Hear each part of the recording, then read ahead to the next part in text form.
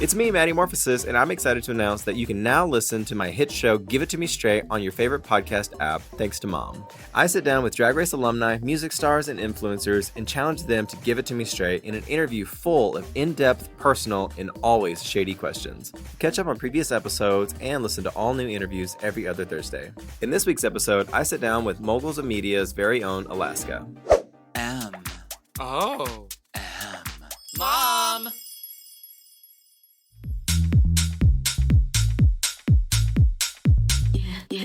Hi guys, welcome back to Give It To Me Straight, where if you're not bringing up childhood trauma, you're not doing drag. On the show today, we have all the way from Drag Race Season 5 and All Stars 2, the winner of All Stars 2, Miss Alaska Thunderfuck 5000. Hello. Or Alaska Thunder Redacted, because I'm going to have to censor it for monetization purposes. Demonetized. But people swear on your show. Well, not in the first little bit. There's like all kinds of weird YouTube rules. So Oh, it's in like, the first bit you can't swear? oh, it's like the context. Like if you say fuck, it's fine. But if you're like, oh, it was a crazy fucking day. But if you're like, oh, we were fucking, then it's Then you like can't. censor. Yeah, it's a bunch of weird rules, and you have to censor it in the first X number of minutes. And yeah, You know what It's like YouTube annoys stuff. me is that now, like, you can't even say, like, gay. Like, people, like, when you're sharing a meme on, like, Instagram, people, like, blur out or, like, scribble over the word gay. Like, we can't even Was that a thing too? say the word, like, gay. We don't want to anymore. alienate your Florida audience, you know. Like, what the fuck? Yeah, it's a crazy world we live in. It's like we're like a lot of times progress is like 2 steps forward, 1 step back, but like we're doing those steps at the same time. So until we're just like slowly doing a split, you know. Totally. Yeah. It's so weird. Everything feels so progressive, but also regressive at the same time. Yeah, it's so weird. Mm-hmm. Yeah. But say love you. I just noticed a little clip in the back. Of course. Are they always in there, or is it just like smoke and mirrors for today? I didn't know I had to expose your secrets. This is holding up the whole operation. Like, the whole thing can't even stay up without these. Like, if I didn't bring these, I wouldn't come today. Like if you unclipped them, it'd just be like a L'Oreal commercial, and it'll just like It fall would- down, just like It would beautifully. not. No. It would all come undone. But with your name, Alaska Thunderfuck 5000, which is a good, Mhm. strong Christian name. Yeah. Did you ever think of renaming yourself something a little more brand friendly, something like Alaska Cruise, or just something a little bit more Googleable and not, Cruz, like CRUZ, like Ted Cruz. back to the Florida again? No, not like that. No, it's just, but just in a way where it's like, some queens, because obviously like with Drag Race, you had to like go by just like the mononym of Alaska. But did you ever think Oh, to yeah. just like redact the name just because of like, promotional brand reasons? Well, people always ask me, like, oh, did you change your name? You changed your name to just Alaska or Alaska 5000. Like, no, my name just changes based on, like, what the gig is. Like, Mhm. if it's a children's, like, library reading, It's just Alaska. it's just Alaska or Alaska 5000 if you want to be able to Google it. But the full name is Alaska Thunderfuck 5000. There's no more extra names tacked on anywhere. No past middle names, like little joke names thrown in there sometimes. No, unless I get married. Okay.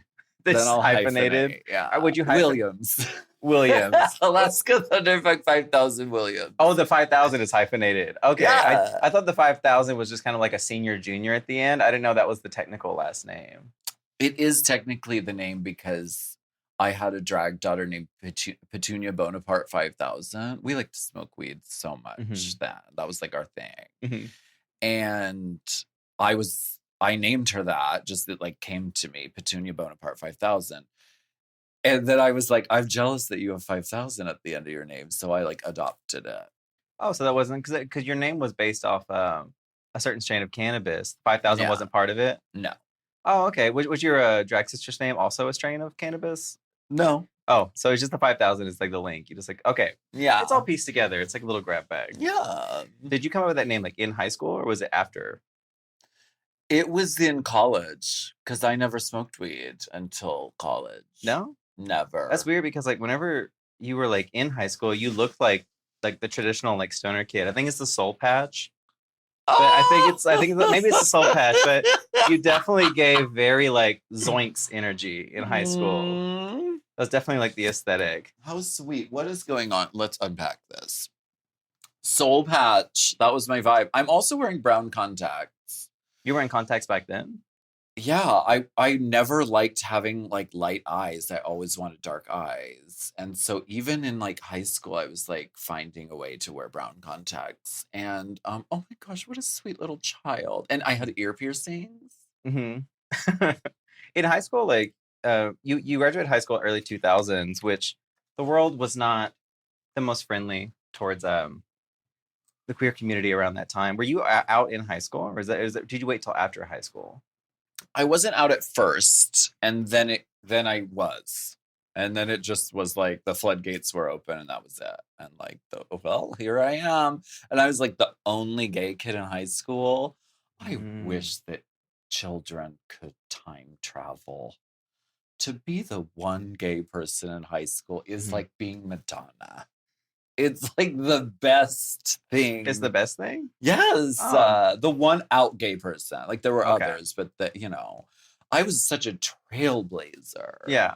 Yeah, You brought you brought homosexuality to that town like, on a I padded did. wagon. I did. Yeah, a pioneer. And I was prom king because of it. Yeah, you were prom king. Like a lot of people wouldn't expect that about you, but like you actually were.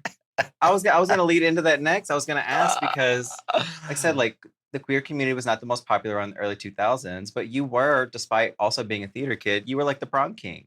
You actually had a I certain level was. of popularity. Was that like a you were really popular, or was it like a girl No. in the wheelchair type situation? It was Don't cry out loud. It was because I was gay and because in our school, and It was the girl in the wheelchair situation. it was very because in our school, I don't know if this is how it is everywhere, but like the girls vote for prom king and the boys vote for prom queen, which is like weird, but that's how they did it. Oh, okay. And so, of course, all the girls wanted to vote for the gay. Mhm. But take it back though, like before high school, before like, theater and art club, like what kind of kid were you growing up? Like were you always like a little performer? No, I was like very introverted. Very introverted? Yeah. You were just like a 6'2" introverted 4-year-old, just shy. Yes. I was because I was like, I'm gay and I'm not allowed to be gay, so I'm just gonna like hang out by myself and Mhm. like draw pictures. Was it like after like getting into stuff like art club and stuff that got you more out of your shell and more comfortable? Or what was the moment you got outed? Like was there an event that occurred, or did you just like slowly just unravel yourself? Honestly, I don't even know. Well, I was like dating somebody and he was like coming around all the time because we were dating. And I was like, Mom, this is my friend Phil. And we know each other from school. Meanwhile, my mom worked for the school district. Mm. So she was like, no, he doesn't go to the fucking school. Like the school isn't that big. Mhm. It was stupid. So my mom eventually was like, Justin, are you a homosexual? And I was like, yes. So that was like, I mean, that's my coming out. Was he like the token gay kid at like the next school over? He was graduated already. Oh. Worked at a bank. Oh, you had a banker? Yeah. Oh my goodness. Wait, did he work at a bank? It was a time long past. But No. for this No, he fantasy. worked at Walmart. Oh. Why did I? But Wait, what did he do no, at he worked Walmart? at a bank too. Did he work at like the bank inside the Walmart? No, Was it a little column A, little column B? no, he definitely worked at Walmart, but also worked at a bank, I think. He worked 2 jobs to take care of his. A single mom who works. The one that got away. Hi, Phil, if you're out there watching. Yeah, he's hard at work at the Walmart, Mhm. Bank of America. Totally. He's a manager now. Yeah. Yeah. Don't you love this? Just having a beer, couple of guys. Mhm. You know, you want a president that you could just have a beer with. You know? Mhm. I like my drag queens like I like my presidents. Mm. Someone you can have a beer with. Electable, relatable, Mhm. likable. Yeah, alcoholic. This is actually for monetization reasons. I have to point out this is unalcoholic beer. This is just glorified. It's like an awful tasting seltzer. It is. Well, you like beer though. It is. I do Yeah. sometimes. You're what Twitter thought I was. just like a beer loving drag queen. Right. Mhm. I love that you're dressed like me. This is my favorite thing is things that resemble myself. Just flattery. I love Yeah. it. You look so good. Do you feel pretty? In like a in an abstract way, it's I don't feel like conventionally, like I don't feel like like a Tyra Banks kind of pretty. Yeah. I feel pretty in like that one really hot girl in high school that looked like she smelled like cat pee. Like I feel like that kind of pretty. Okay, I see that. Yeah, definitely like she's pretty, but her underarm's got a lot of hair on it. Okay, Yeah. I'll take it. Yeah. I like In the best it. way possible, of course. I like it. Yeah. You look great. Thank you. With most of the guests on the show, I try to dress in a way that compliments them. Sometimes just slight homages, and sometimes like more one-to-one recreations in a sense. And like with yours, I didn't even have to like look up pictures. Like I had in my head of like the Alaska brand. I think you really did brand yourself. And amongst the millions of drag queens that have been on Drag Race now, I feel like you're like top 10, like recognizable. Do you feel that? Would you agree with that assessment? Do you think you're like in that Mount Rushmore of drag queens? Yeah. Yeah. Yeah, I think so. Why do you think it is that made you so like stand out amongst all the others? Timing and luck. I got on Drag Race I started drag the year that Drag Race started, like as a TV show. Not because of it, just that was a coincidence. And so it like was a trajectory, and like the fact that I didn't get on too early, I got on a great time. It was a great season. I was really lucky, and it was just, Yeah. I feel like you really built a brand post Drag Race too, because you had that power dynamic when you were first on because you were dating a winner at that time. Yeah. You and then after the show, you made a successful podcast with Willem, who is also infamously famous in the Drag Race fandom. Have you like always been a coattail rider, or was that also just luck and happenstance? You did it. She did it. Classic. Well, I don't even remember the question. That was funny. No, yeah, totally. Yeah. Just all the pieces just kind of fell into place. Yeah. No, yeah. Well, whenever you first moved to LA, leaving little old Pennsylvania, moving to the big city, you wanted to become an actor. But like I said, back in high school, you were big in like art club. Did you always have a plan to be a performer of some kind, or was it just kind of a fever dream you were chasing? Like, did you have a backup plan? When I was little, I always would like envision myself being a girl and singing songs in rooms of people. And I didn't know what that meant. It was inspired by Jewel a lot because I like listened to her music. And so I didn't know what that meant. But then once I like discovered what the fuck drag was, it was like, this seems like a thing. And now I am a woman who sings songs in rooms full of people. I love that, like, as a child, you had like this vague idea of a future weird career, and like you were just picturing being a pop star, essentially. But like you didn't know what it was. You're like, what is that when you just sing in a room full of people? Right. And it wasn't even a pop star. It was more like a small room of people. I didn't envision like arenas of people. I just wanted to sing songs in rooms of people, and I get to do that. Like in a past life, 1920s, you were just like a jazz lounge singer, just very yes, very that. But whenever you moved to LA, though, like say you wanted to pursue a career in acting, were you trying to get into like television? Was it movies, like theater? Like what was the specific kind of like acting roles you were chasing? I don't know. But I thought that's what I was supposed to do. Because I went to college to study theater, and I kind of dabbled in drag in college. And then I was like, no, I've got to get serious. I'm going to move to LA. I'm going to leave this crazy drag thing behind because that's just a hobby. And then I like had to like do the work of being an actor, which was like Backstage magazine and like looking at auditions and getting headshots. And I was like, I don't like And I don't like any of them. I was like, I would have to take out my piercings. I have to get a normal haircut because I look crazy. You had to shave the soul patch. Right. And I have like this pierced and this and like, and I was like, I don't like that. I don't like this. So I was like, I'm in LA. I came out here to be an actor, and like, what am I doing now? And drag like saved my life. Because I was like, I didn't know what I was doing with my life. And then I like did drag just for fun. It was great. Was it like certain acting roles you were chasing, or was it really just anything that would accept you as like an actor? I don't know. Yeah, I guess I was just like, I'll take anything. Or It's like if it fit your physical description, you were just like, yeah, I'll do that. But also Sears. like what role, like now there might be roles for someone who was like that, but like back then it was like, no, that was unheard of. Like what roles would I have been? But with you going to school for theater, did you not think to go to somewhere like Chicago or New York to do more of like the Broadway stage kind of acting? It was between New York and LA, and my best friend Jeremy lived in LA because he was studying at UCLA. And so I was like, LA it is.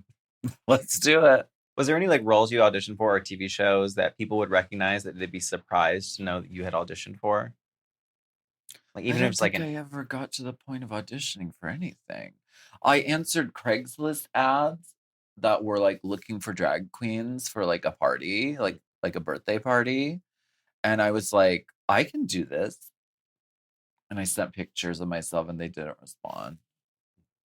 Did you ever think to even just dip down low enough to audition for roles like unnamed drag queen background characters in crime dramas, or I don't know, just anything that would take you? That didn't even happen until after Drag Race.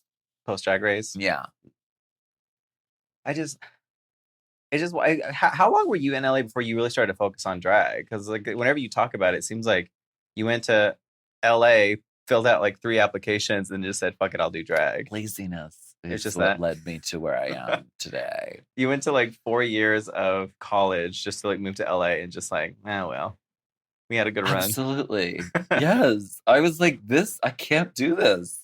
It's not, yeah, no, it was pretty fast. It was the first, it happened fast. Mm-hmm. And then I like went out and dragged because I was like, I'm like miserable.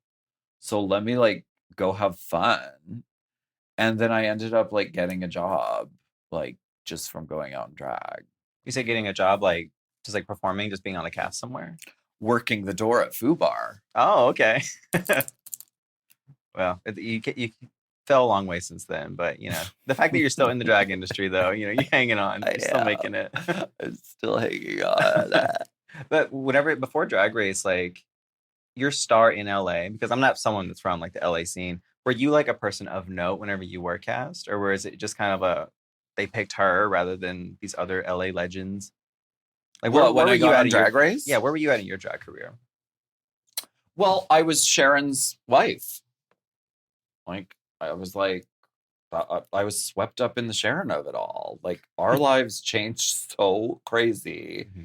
And like it was like a tornado, and we were suddenly going we went from like not having enough money to have our lights on, mm-hmm.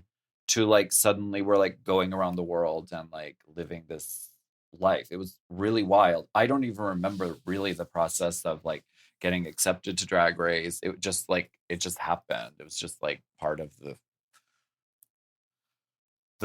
like craziness. Mm-hmm. She should have changed her name to like Sharon Clout. But with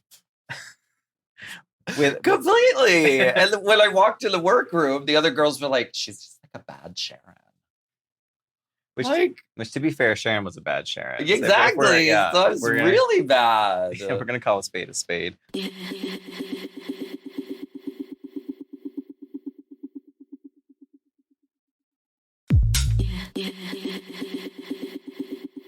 So like with like all the craziness of like you're throwing in audition tapes, she gets casted, and then immediately, like you said, you're rolling in all this like Drag Race money, all these gigs, you're touring along, and then you don't even remember really the process of getting casted. Was it just like the craziness of that time that just kind of made everything a blur? Yeah. We're just like the drugs and the...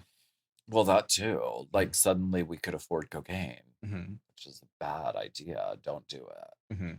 Yeah. Don't do it. Yeah. Both ethically and monetization reasons. Don't do it. Well, I'm like, well, if I did it now, like my heart would explode. I would certainly die. But like there was a time where we did that. But do you have a heart thing? You have a condition? No, I'm just old. I don't want to violate HIPAA. Oh, okay. I'm just older now.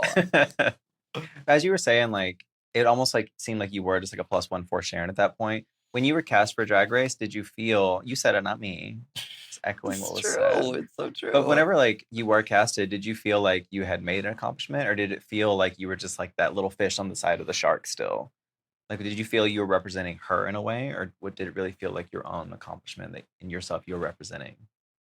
Totally. No, and that was part of like what they were doing there with the like they had to like break me of that because I was very like I don't know. I was it's not that I was like hiding behind her, but like sort of just like needing to find my own identity beyond being Sharon's partner because Sharon's was such a huge like thing. And so I had to like find who I was. So they like helped me do that at Drag Race. Did they help you like during the time you were on the show, or was it something after the show and seeing everything back that helped you realize that? It like happened during the show, and even like it kind of happened with like the Relaska Talks thing. It was like stop sort of attaching yourself to like people and like be your own thing was the lesson they were trying to teach me, and I think they did. And then afterward, it was like, wait a second, bitch. I need to go do my own thing, and I can't be like your support system all the time. And so what made our relationship work was that like I was her biggest supporter. And then it was like after I had to go do my own thing. So like that was not happening anymore. And plus we were like sleeping with other people and like lying about it. Yeah, but you know, that old chestnut. That right? Too. That old thing. But with your breakup with Sharon, was that more in part due to, like I said, the tumultuous nature of your relationship, or was it more like you really just wanted to focus on like your own identity outside of Sharon? If it was up to me, I think I would have stayed with Sharon longer. And I would have been like, okay, so we slept with each other. Who cares? Like, it's called an open relationship. But what I didn't realize was that she had already moved on. Like, she had found somebody else that she like loved. And I was like so devastated by that. And so it was like, I don't, that's why we broke up. So it was more like kind of a blessing in disguise of just like, it pushed you into the direction you probably needed to go. Yeah. It didn't feel like a blessing. It sucks. Breaking up sucks. Oh, yeah. Like, don't do it. Yeah, don't do it. No matter what your relationship is like, stay with it. Just stay with it. No, please don't. No, that's not true. He loves you. He just gets a little angry sometimes. It's so hard, though. It's like the worst. It was a really horrible time for me.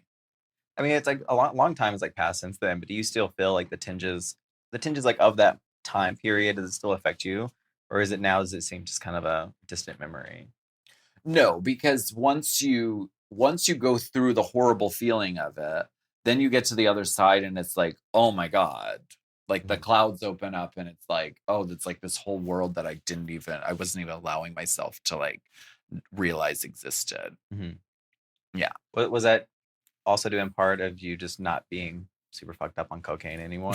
Was it just like, was that the actual clouds opening? I did. And I got like sober after Sharon and I broke up, and I kind of did it because like so much of our relationship was drinking. So it was kind of like, well, fine, I'm gonna quit drinking, bitch.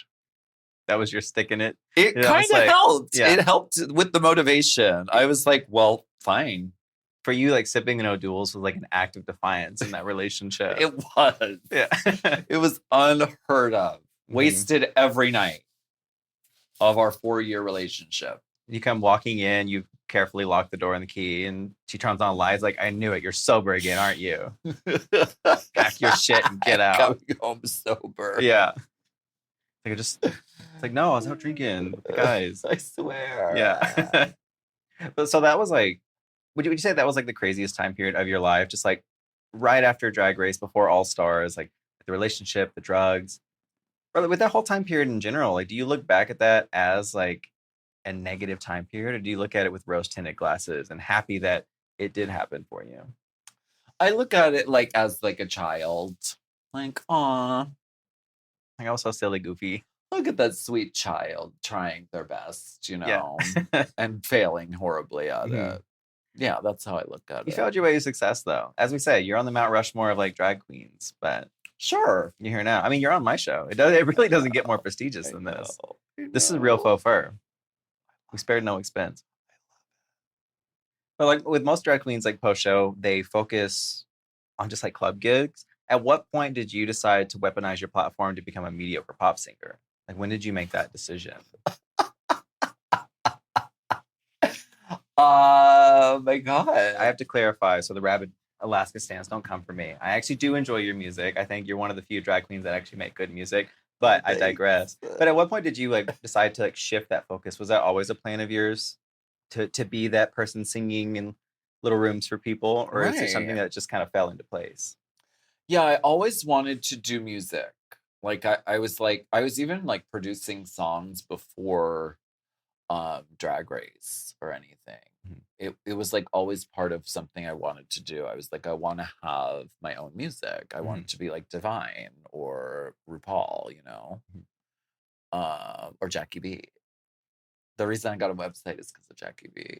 Jackie B? Because I was like, if I'm gonna be good at drag, I have to do what good drag queens are doing. Jackie B has a website, so I'm gonna get a website. Now Jackie B know how to operate a computer. Good for her. She does, Yeah. yeah.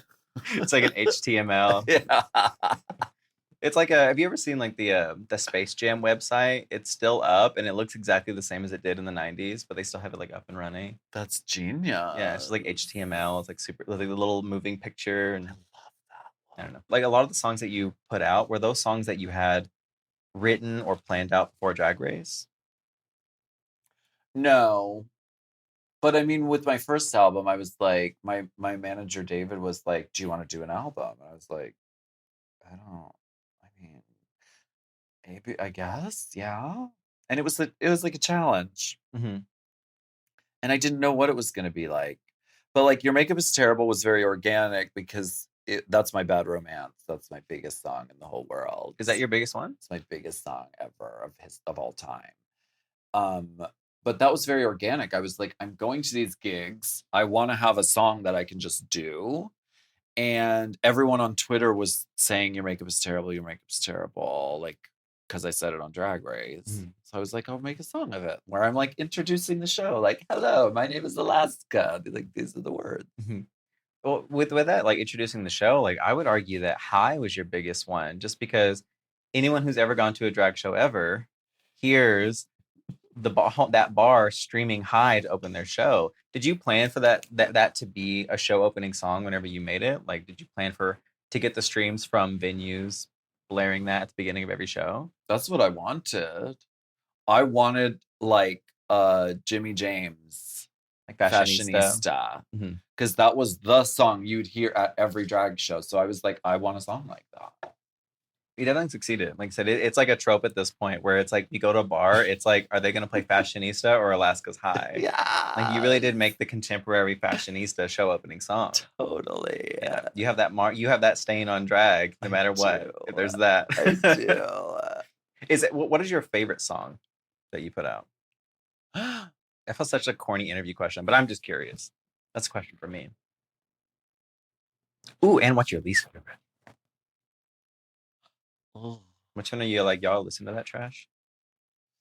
My least favorite is Snaked. I just don't. No? I didn't really write it. I wrote some of it, but like it's just the sort of like tone of it isn't like I don't vibe it that much.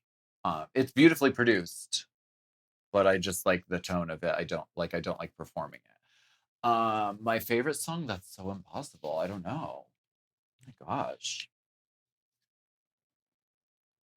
I don't know, but I'm working on this new song that I really like. Oh, is it your favorite song is in the works right now? Yeah, it's yet to come. We're teasing it. Is it a single or album? It's What's just coming? a song. Just a song. Yeah. This track. You could plant the seed Maddy here if you want to drop a Morphosis. name. That bitch. Yeah. With fur walls, bitch. Yes, no, no, no, it's not. But it's wonderful and I love it. Gotta put out your new song. Your web series is terrible. Yeah, totally. Yeah. I've been watching your show. my little interview show. Yeah, because I wanted to see like what does the set look like? What are the chairs like? Like let's get into like the what I should wear and everything like that. But then like I started watching it and I'm like addicted. I'm like hooked. Oh, thank you. Yeah, whenever I guess it was like some episode of Race Chaser where you had mentioned my show, because I had so many people in my Instagram DMs. They're like, Alaska wants to do your show. Alaska wants to do your show.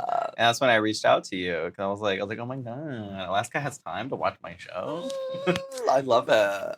And then like cut a month from now, and Race Chaser is gonna have a white fur wall and 2 plastic trees. Absolutely. Race Chaser. Yeah, written in like the pink cursive boss sign that we all had to buy. But and I first saw it on the social media clips because and like in the social media clips, you usually put you like really saying something really cunty to the person. And so I was like scared. I was like, oh no, like, is she gonna like read me for filth? Like, but then once you watch the show, you're like, no, you're just like a really good interviewer. oh, thank But you. you get in some cunty remarks. Yeah, just like a couple jabs. Well, that's the trick though. That's my Trojan horrors. Is I put these like little clips, and everyone's like, "Ooh, I'm about to watch 45 minutes of Maddy giving it to somebody." Yeah. And then it's just like me asking them about like their childhood trauma. And it's just, you trick them. I love that. They learn about queens against their will. Totally. Yeah, you gotta pull the wool over their eyes. Yeah.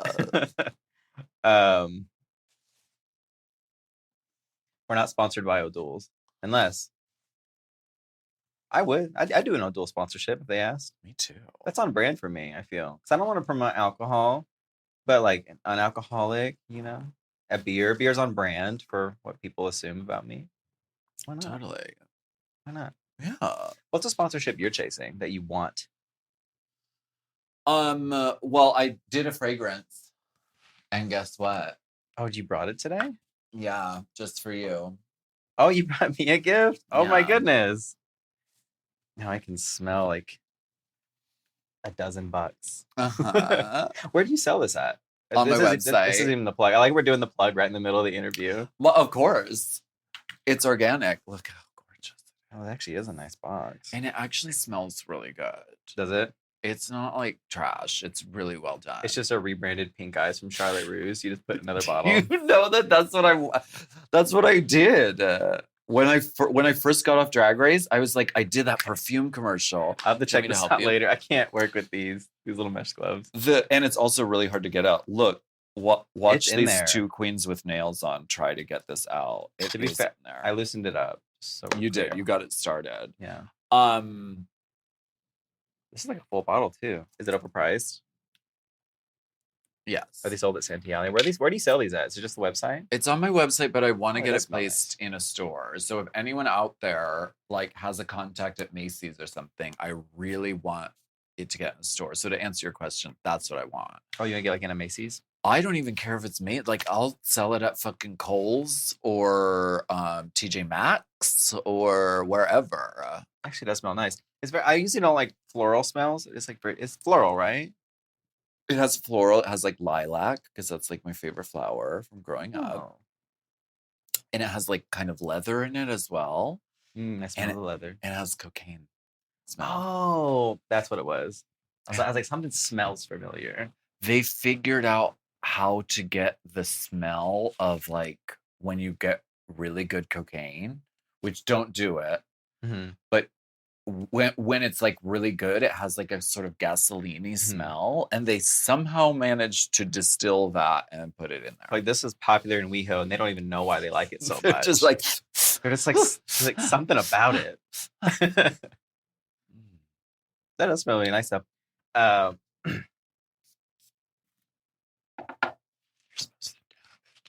Are you not supposed to dab it? I did like a perfume like sponsorship thing, and I did like a rub. Oh, yes, everyone, Scentbird. everyone in the comment, yeah, you are a fan.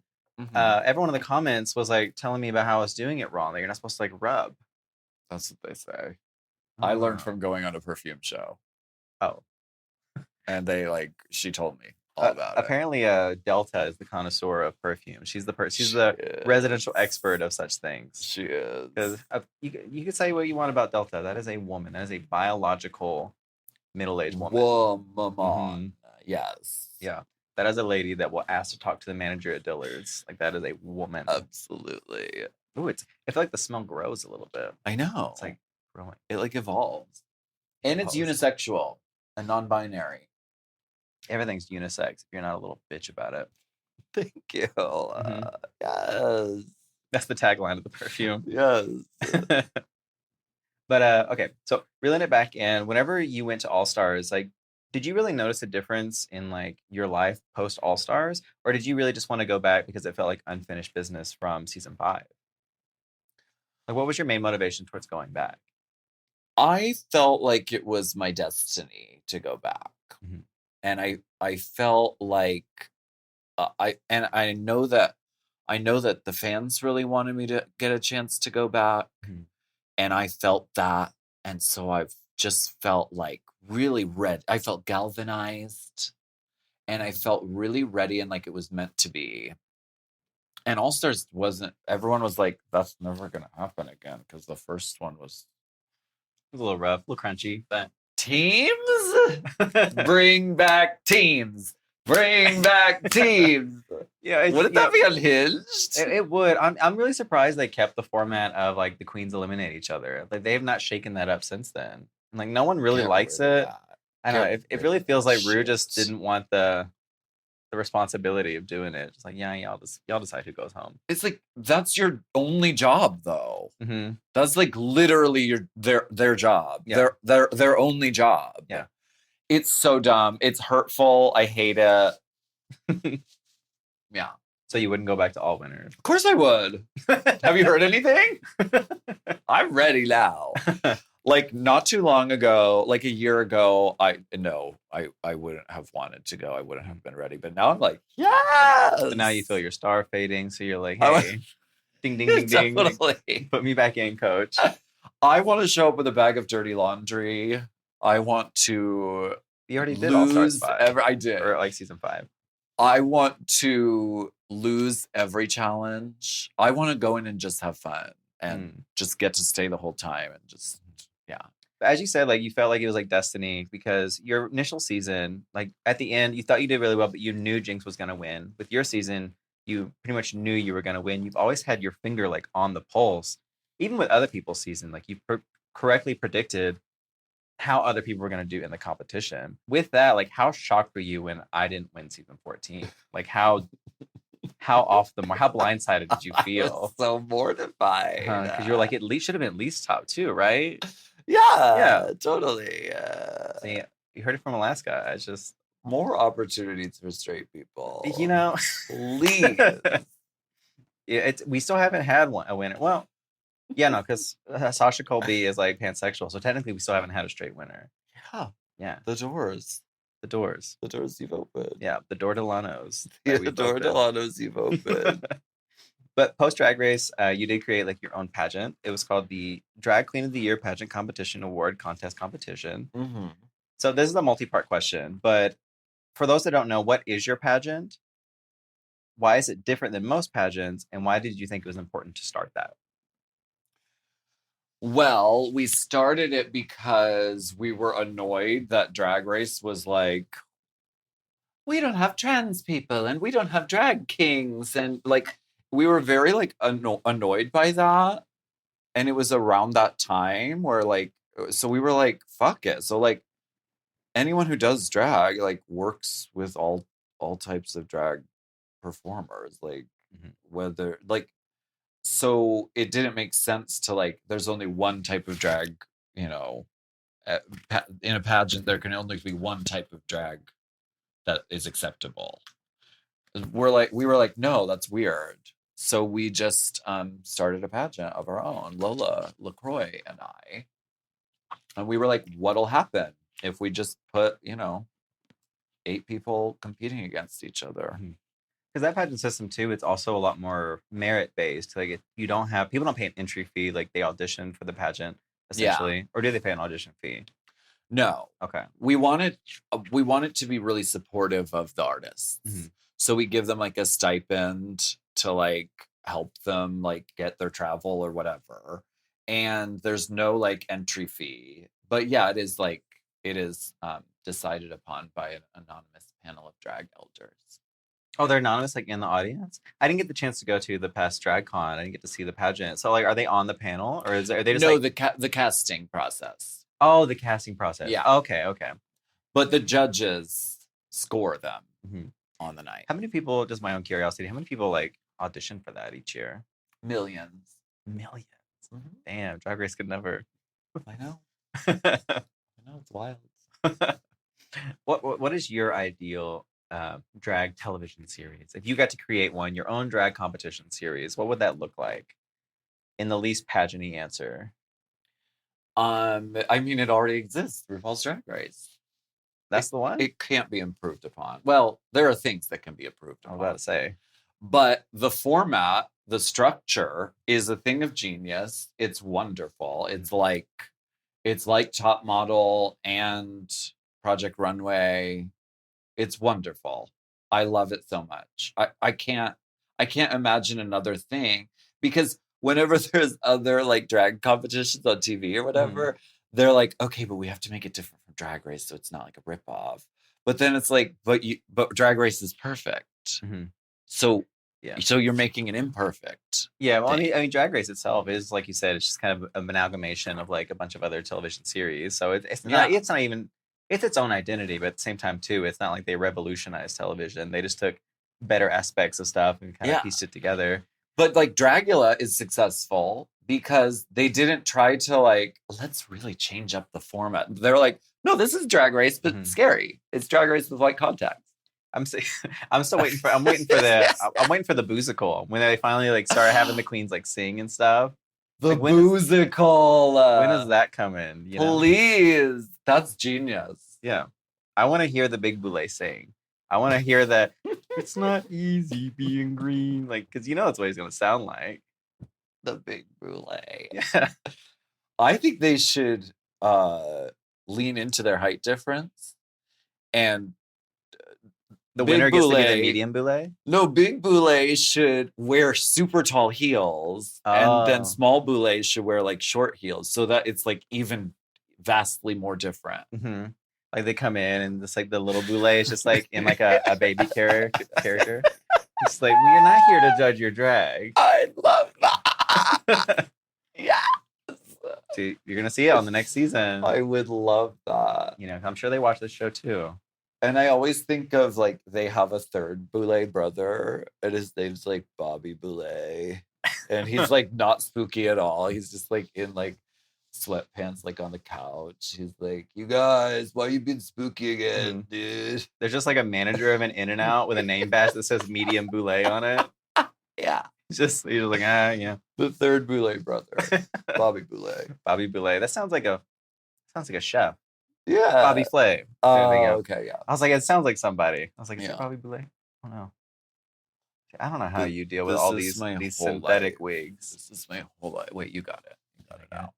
It's my whole life. People do that to me all the time because I can't believe a hair has ever been out of place. That's one thing I do admire about your drag is that it's like, it's very polished. It has like an idea. It has a vision, but it's also not, all the lines aren't crisp. It's like artistic in like a different way. Like I said earlier, but like with your drag aesthetic, like what is it you admire most in drag outside of nails, of course, but like, what do you look for in an entertainer? What really speaks to you when you're like, what's a good entertainer to you?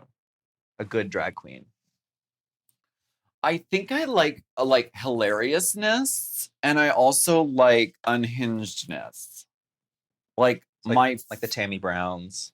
Love Tammy Brown. I love Dina Martina so much. I know the name. I'm not familiar with her. You should get into her. I think you'd just like look her up on YouTube and you'll get it.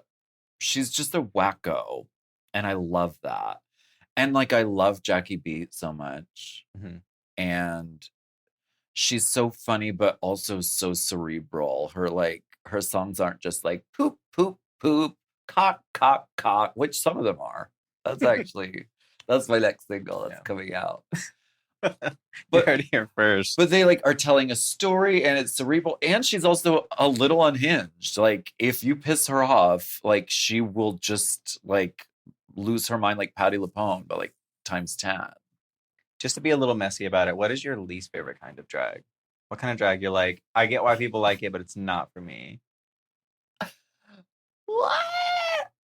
I mean, anything that's sort of uninspired is not, Mhm. gonna be good. If it isn't coming from somewhere and it just feels like paint by numbers. Give us an example. Name a name. I don't have the name. Call them out. I don't have the name because it's usually not memorable. And it's like when the makeup just looks like the makeup that's on the YouTube and the hair just looks like the hair that's on the thing. When it's not like an idea behind it, then it's like not. It doesn't thrill me. That being said, I'll still watch it and get my whole life. Because even the bad drag performances, you're still appreciative. You're just like, Totally. they're out there doing the damn thing. Yeah.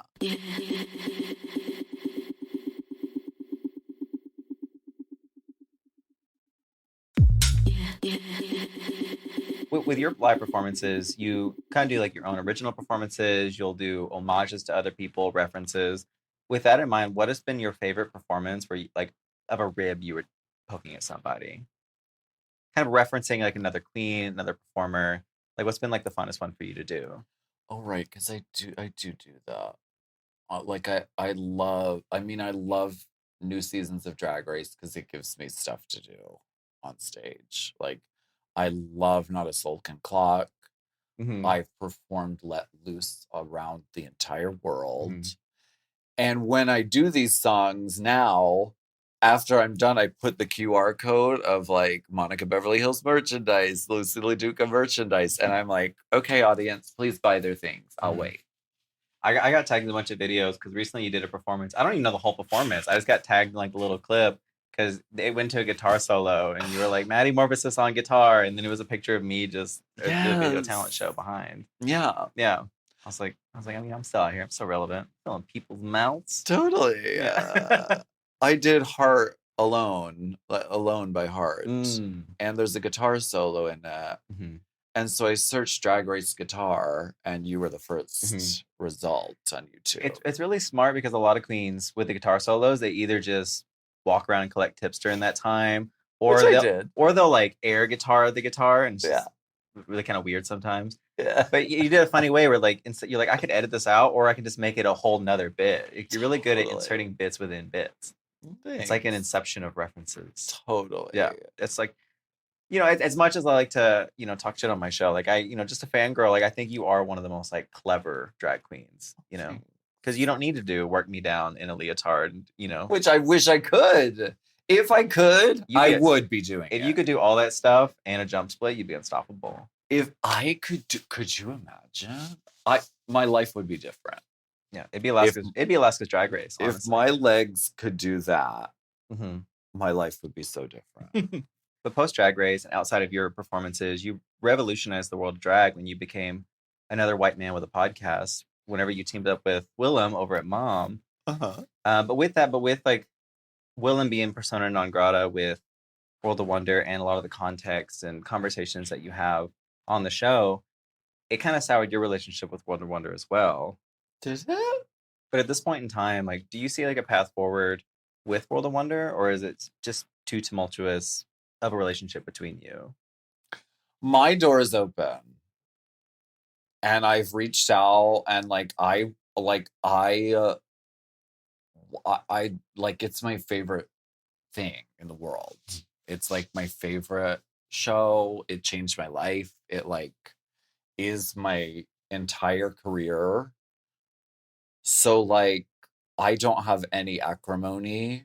I don't have any ill will. So my door's open. I emailed when they first started doing Lip Sync Assassins. I emailed and I was like, I live in LA, and if you ever need a lip sync assassin, I'm here. And they just wrote back, Thanks for the email. If it's any consolation, they haven't asked me either, and I also emailed them. So Come on! you and me are two peas in a pod. We're basically the same person. Did you win lip syncs? I survived one. Neither one of you survived that lip sync. Because June eliminated herself, and it's too early in the season to do a double sachet. So I made it through one. Good. Yeah. Okay. I could win a lip sync if it's the right one. If it's like something, Totally. you know. Yeah. Like if it was like if I was against like Jasmine Kennedy and it was just like scatting, you know, very like airmail special or something, I'd do good on like something like that. Totally. Like Old MacDonald Had a Farm, I could do that. Yeah. I could see that. But if the song calls for like a cartwheel, no. I'll take my leave. Yeah. I know my place. Right. Yeah. Sometimes. You make me feel like a natural woman. Oh yeah. But no cartwheels. No cartwheels. Unless it's camp. There's a right way, I think. I don't know. There's nuances, there's different opportunities for everything. Totally. Because with Kenya Michaels doing all that, I don't think she did stuff she shouldn't have. It's just at the level, you know. If she did like a simple ballad and then an occasional cart roll, it would have just been camp. Yeah, totally. Yeah, you know, she went full Tasmanian Devil. Yeah. You don't go full Tasmanian Devil. Yeah. But with your relationship with World of Wonder, where it is right now, is this interview going to get me blacklisted? Just out of curiosity, like, I think it comes down to Willem because Willem is actively acrimonious. But like, I want to be clear that the reason our podcast works, the reason our podcast works is that we don't look at Drag Race the same way. Like, she's super hypercritical of like the show and the company and the ka, which I am too at times, but like ultimately we don't see it the same way, and that's why it works. So just because I have a podcast with Willem doesn't mean the views expressed are exactly the same. World of Wonder gave me an ultimatum: would you dump Willem? So like, hey, if what? Like, what's on the table? So like, we'll make you all winners. We'll make you a permanent guest judge. Yeah, sayonara, hasta la vista. Or they said like, you'll be on all winners, but you can't do Mom anymore. Hasta la vista. Wow, it's that sensitive. This whole time, everyone thinks that you have this sensitive relationship with World of Wonder, but you have a sensitive relationship with Willem. You're just looking for an out. No, I would do it. I would. They gave you 2 drink tickets. I would quit the. No, I wouldn't do it for that. No. I would quit the podcast, and then once enough time passed, I'd be like, once the like check went, the wire transfer. Yeah, because I'd win. No. Once you know you can afford the litigation fees. No, I would actually. I want Bob to win. Oh, so I would do everything to make sure that she won, and I wanted to lose, and I want to lose. Oh, you want like the robbed edit? But once robbed the drag queen? No, it's her season. That's happening. So when it happens, if they did ultimatum me, I would say, all right, well, that's it. And then once time passed, I'd be like, just kidding. You pull a sneaky on them. Yeah, because what are they gonna do after the fact? Not put you on all winners of winners against you, Bob and Jinx. Yeah, they're gonna keep compiling it. Yeah. So you think you're gonna be like, haha, I pulled a sneaky on you, but then you find out that you missed on the next big opportunity. Right. Yeah. Whenever the winner gets to become president of the United States, like, fuck, messed up. It bums me out, and it's like, and honestly, it's like even if like I don't, because like this is something that this picture of Willem, but this podcast network is something we like built together. It's something we built that's ours. We own it. We're in charge of it. And like that, if that has like soured my relationship with World of Wonder, that breaks my heart. But I'm also like so immensely like proud of what we're doing, and I wouldn't change that. With like the podcast network that you have and like the accomplishments that you've made so far with like music, what do you want to do next? Like, what is like your long-term plan? What kind of legacy do you want to leave behind on top of what you've already created? I don't know. And when I think about that stuff, it drives me a little mad. You just kind of taking it just a day at a time. Like, I you know, have did you know to. you wanted to release a perfume after your season? Yes. So there are like little plans. What are like some short-term goals that you have that you can talk about? This is for my own curiosity. Well, I'm gonna do more music. I love doing that. And the musical is happening. And I would like to see the musical get to Broadway. And then I can start winning my EGOT. And then it'll probably get turned into a movie, and then I'll, win an Oscar. Okay. So Yeah. so those are some of the more attainable goals, but like what are like some fantasy goals that you have? Like what are some of the more It's gotta happen. stretches? Yeah. Drag queens have won Emmys. Yeah. Oscar. Is there any words like did Jinx win a Tony? Or did she? she win an award? Because drag queens have won Emmys. No one's won a Grammy yet, drag queen wise. I don't think. Did RuPaul win a Grammy for anything? I don't think. Like a consolation Grammy or No. just wondering. It's gonna Maybe. happen eventually, and I will be ready. Maybe so. So yeah, like that kind of stuff. Yeah.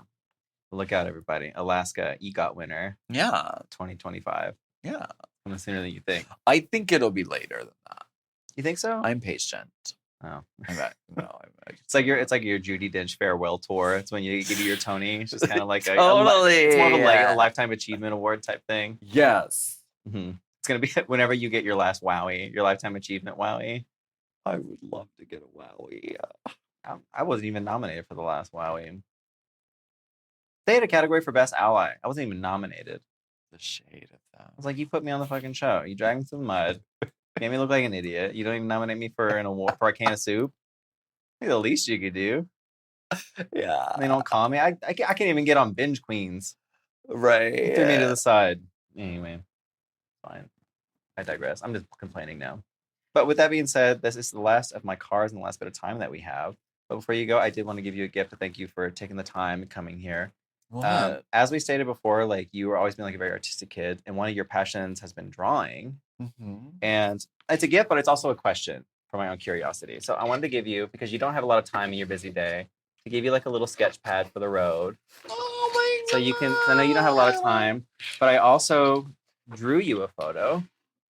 It's of myself today in the art style of Dasher and V. What? So to save my own curiosity, that's me. What? How do you know those words? How do you know that? Who is Dasher and V? What the Like, fuck? Where'd you get these? Like, where'd you get this specifically from? Because like Dasher and V, correct me if I'm wrong, is that like one of your characters from the Power People? Is that your character from that? Or are those no, the Power different People's characters? different. That's Okay. a different metaverse. Because looking at your drawings, Dasher and V, they look almost like androgynous superheroes. Or is it one person? Like, who is Dasher and V? Like, is Alaska today, is this inspired by Dasher and V, this androgynous, powerful woman? Well, actually, okay, so Dasher is actually sort of the androgynous one who sort of runs around like in his underwear and like has like kind of shaved hair and like off to the side. And he like runs around. And V is like a mysterious woman, and she like doesn't wear a lot of clothes either, but she's like like voluptuous and like tons of hair, and she doesn't speak.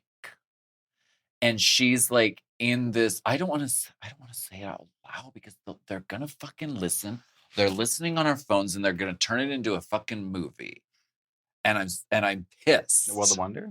No, just like this is always how it happens. But like I had this whole like world that existed between the two of them, and like it took place like in an apocalyptic future. But yeah. That's so wild that you even know what that. How do you even know what that is? That's weird and like kind of scary. I do my research. How? But it's not even out there anywhere, is it? But with that, like you've always drawn like a lot of like strong female characters. Mm-hmm. Is your character of Alaska, is it the strong female character that you were always drawing come to life? The amalgamation of like the strong women in your life? A little bit, but she's different than V. Like V is her own thing. Alaska is it definitely like inspired by that and like the sort of women that I've always drawn. But she's not V, she's different. Looking at the drawing, I knew immediately that it was you because I knew you drew women, but also like the art style, it looked like a prototype of Alaska. And that's why I was wondering, like, is this like the original? Did you draw that before you started doing drag? Yeah. So it almost like was like a planted seed that led into it because like your drag character, like I said, looks like these women that you've been drawing like all these years. It's so true. That's crazy. And that's like it was like a natural progression. It was like because I just constantly was drawing like gorgeous, women with huge hair, and eventually I was like, oh, I can put this on my body instead of just on paper. Mm-hmm. Whenever you were first like starting drag and conceptualizing outfits and looks and things, was it in that same art style? And this how you like visually conceptualized what you would become essentially? Yeah.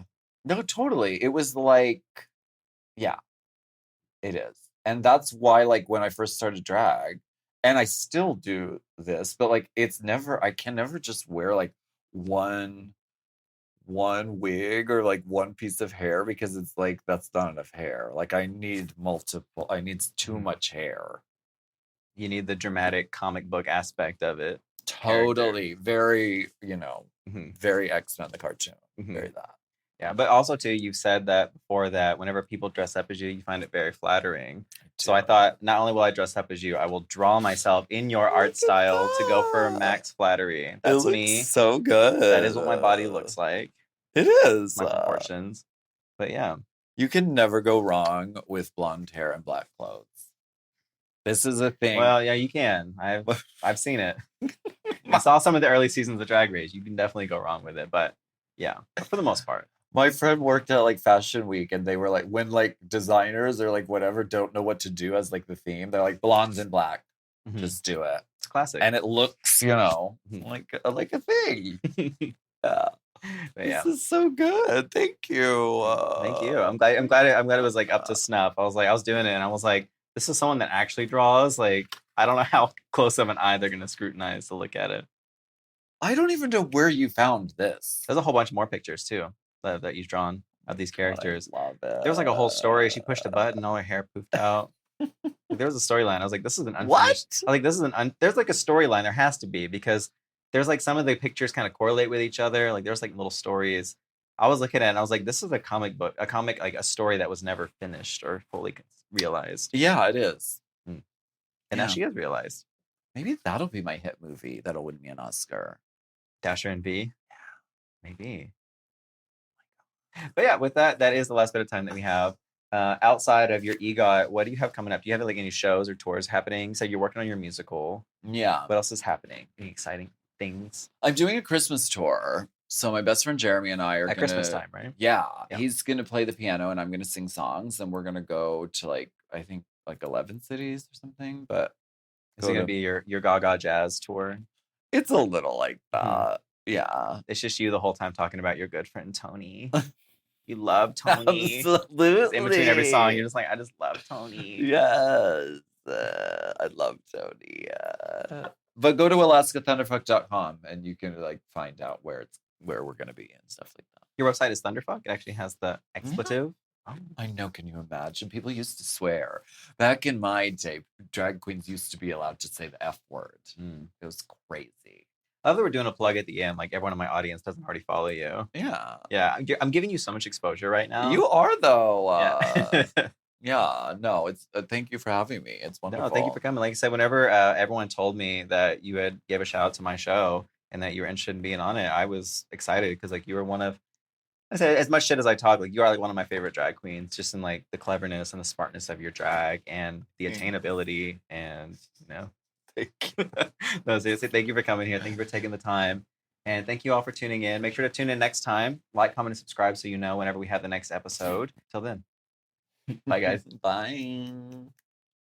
Give It To Me Straight is brought to you by Moguls of Media, aka M.O.M. Hosted, produced, and edited by me, Maddy Morphosis. With audio editor Margot Padilla. Executive produced by Willem Belli, Alaska Thunderfuck, Big Dipper, and Joe Cilio. M. Oh. M. Mom!